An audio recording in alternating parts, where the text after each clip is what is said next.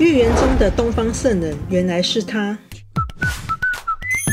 大家好，我是阿祖竹，今天来跟大家谈谈东方圣人。在影片开始之前，记得订阅、按赞、分享、按小铃铛，有新片通知。从人类意象重生的这些关键年开始，古今中外传说中的预言越来越多的被关注，尤其庚子年的病毒，全球肆虐情势严峻，人们开始环顾四周，找寻很多预言都谈到的，在我们这个时代，东方将会有一个圣人出现。历史的经验告诉我们，一个时代可以出现伟人，但是很少出现圣人，为什么呢？就像孔子在他们那个时代人的眼中，他只不过带着穷学生四处游学的教书匠。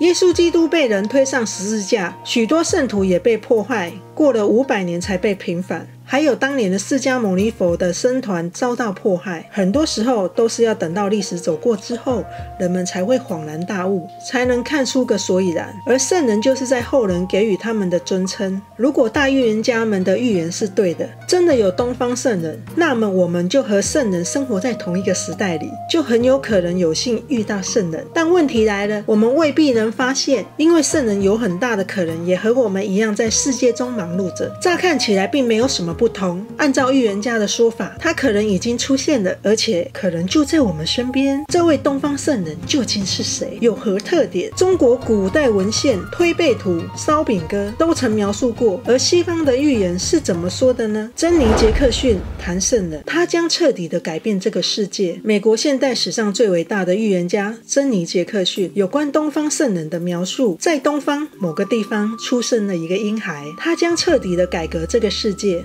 也许在21世纪初，他将在互爱的信条下把整个人类团聚在一起，这将是一个新大同世界的建立。他将在人们中传播神的智慧，把每一个宗派和每一个教义融合起来。在21世纪初，人类会开始感到这个人的伟大力量。在此后的10年中，世界将会以新的形式、新的面貌，逐渐进入一个消灭战争、化解灾难的新世界。他的力量在2019年将会变得更强大。到那时，地球上的人或许会发现这是珍妮所预言的完整意思。俄罗斯火星男孩提到，中国是被上天选中的国家，是来自俄罗斯的火星男孩。火星男孩叫做波利斯卡，他出生于1996年的俄罗斯。他在2004年的时候就开始表示自己不是地球人，而他是来自火星。在接受媒体采访时，波利斯卡在谈到中国时说道，中国是被上天选中的国家，未来的地球保护神将在中国诞生。我不能说出他是谁，他正在做一个非常有意义的事情。跟随他轮回的并不只有我一人，有很多神轮回。诸世纪预言，16世纪法国的预言家洛查丹马斯在诸世纪中明示，历史的今天会出现一个非同寻常的东方圣人。洛查丹马斯在他的预言体《纪二》第29首中说道，一个东方人离开了他的家乡，穿越亚平宁山脉到达了法国。他将穿越天空、海洋和冰雪，用他的神杖唤醒世人。他在纪实第75首中又说道，他留在欧洲长久等待不能返回，他还是会回亚洲。来自伟大的赫尔墨斯，他会超越所有东方的君主。这2首诗描述的同一人，只是在时间上有所不同而已。从大概的意思来看，预言中叙述了一个东方人去了西方，一段时间要留在那里，但是将来还是会回来。他的威望将会超越亚洲历史上所有的王者。通灵师凯西谈到，中国将醒来。19世纪美国著名的通灵师，人称美国先知的预言家凯西，他生前留下了一些预言，预言涉及了他身后100年甚至更久以后的事情。他的预言包罗万象，准确率极高，尤其是关于现今中国发生的大预言更是引人关注。他和洛查丹马斯的预言有着惊人的相似之处。凯西说，有一天中国将成为基督的摇篮，并运用于人们的生活。是的，这对于人们来说很遥远，但是对上帝来说只是一天。明天中国将醒来。另一种解释认为，中国将会出现一个对大道的信仰，中国将会成为全人类共同信仰的摇篮。推背图里提到第44象，谶曰日月丽天，群英设伏，百灵来朝，双羽四足。颂曰，中国而今有圣人，虽非豪杰也周成，适宜从义称天子，信极泰来台、九国村，这44项的圣人基本上是具备很高的道德良知、崇高品性人格，否则推背图不会这样形容。第47项，谶曰：言武修文，紫微星敏，匹夫有责，一言为君。颂曰：吴王无帝，定乾坤，来自田间第一人，好把旧书多读到，一言一出见英明。这47项言武就是些战区于王道，让百姓人们免去战祸，安身立命。由此可以解说，这圣人出世重点是在福国利民。烧饼